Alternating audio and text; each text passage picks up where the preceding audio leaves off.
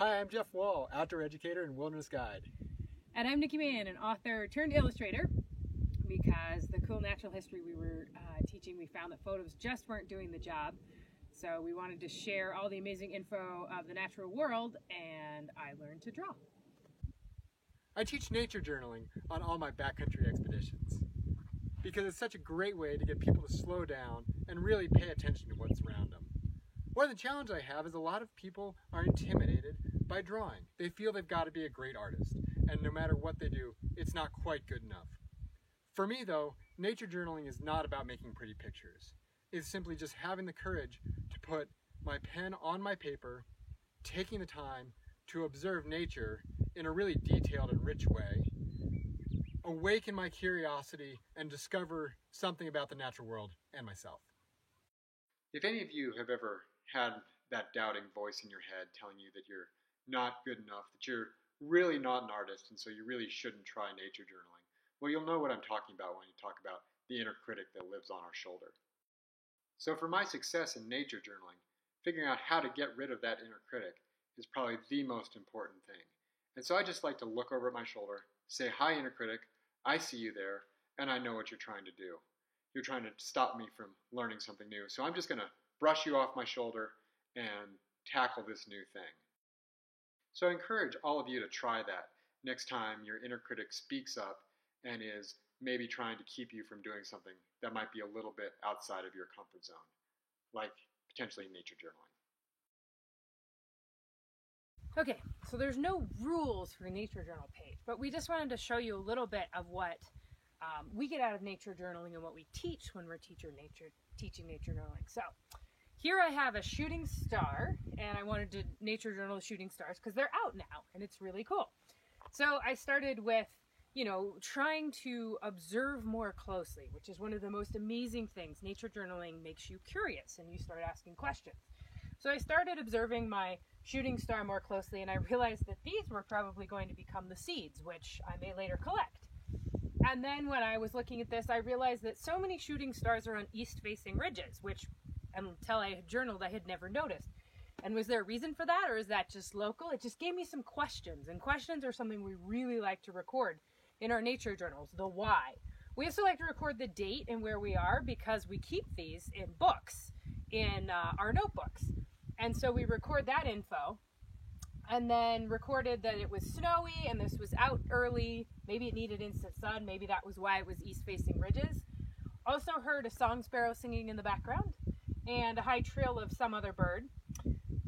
Observed that there was a ridiculously long stem, that only the flies were out right now that we could see, so maybe that was the pollinator. No nibbling on the leaves. We noticed that a rabbit went by because it left rabbit tracks. And then we noticed that it was tasty. Still tasty. It's getting a little bitter as it gets older, but these flowers are edible, so we also made sure to observe that. Okay.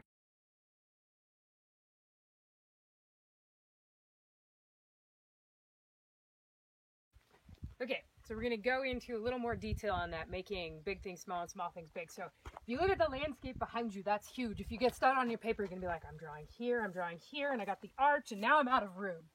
So this is part of making that big thing small. And the nature journal, amazing nature journalist John Muir Laws has coined a term which he calls the landscape Ito. And what that means is just put a box on it and give yourself a small amount of room in which to manageably look at these huge, beautiful landscapes so you don't get overwhelmed by them. So this is the landscape Ito. Shrink it on your page. Make sure you don't get overwhelmed by the scope of what you're drawing. Also to add some depth, right? Because landscapes, it's really hard to make your two-dimensional paper get some of the feel of that three-dimensional amazingness. So remember, close equals dark and detailed, and far equals faded and fuzzy.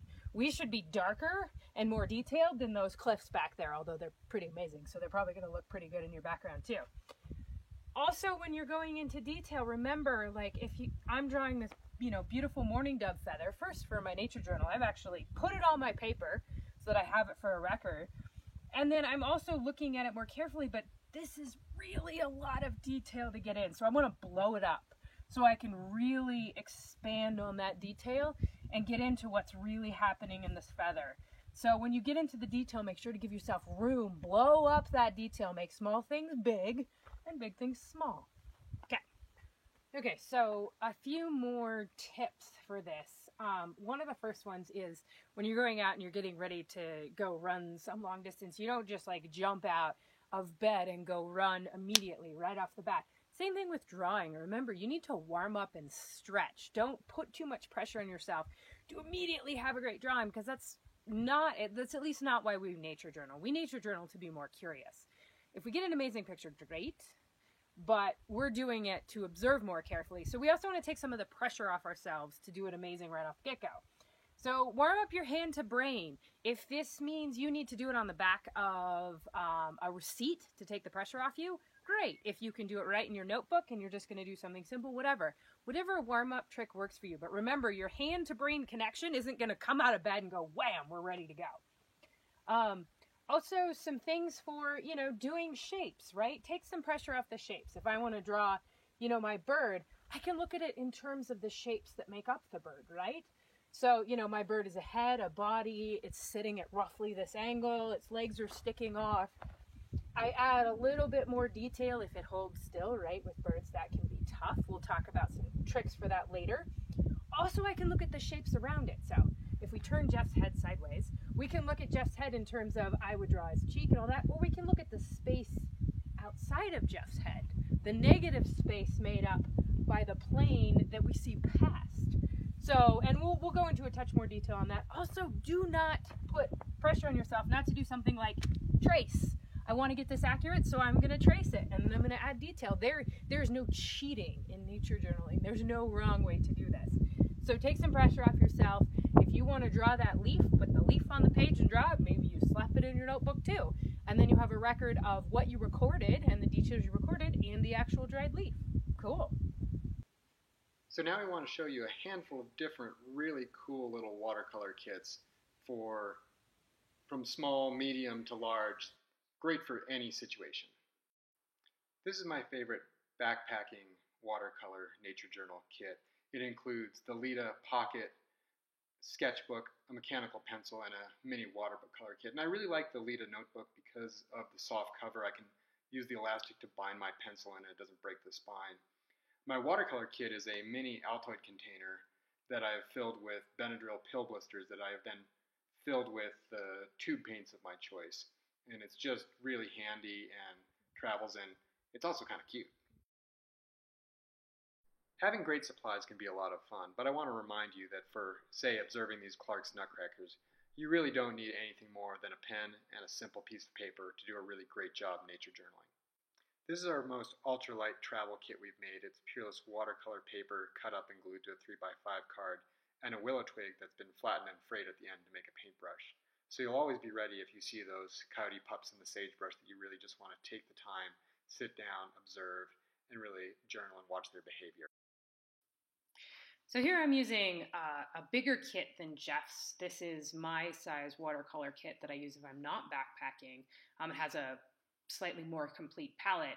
And I'm also using the bigger size Lita notebook because I find that my drawings, unless I'm backpacking and super concerned on weight, I want just a little bit more space to make more notes for my nature journal, make more questions, leave myself less of a restriction on that type of space. You also notice I was using the Vortex scope to do my nature journaling. We use this in binoculars a lot. We also film through the scope, like this film of the mountain goat. There is no cheating in nature journaling. If you want to bring back a video clip or some stills so you can spend some time later really looking at the critter that you were watching, great. Nature journaling is about recording whatever you want to and however you want to make you more curious. So if you're more comfortable in words and poetry, do that. And if you want to learn more about nature journaling and drawing, there is no better resource than we can recommend than the Law's Guide to Nature Drawing and Journaling. He also has an amazing website with a lot of free information for you to get started so you can draw that really, really cute chipmunk in the way you really wanted to and ask some questions and record cool information. Thanks so much for watching. And have a fun time journaling.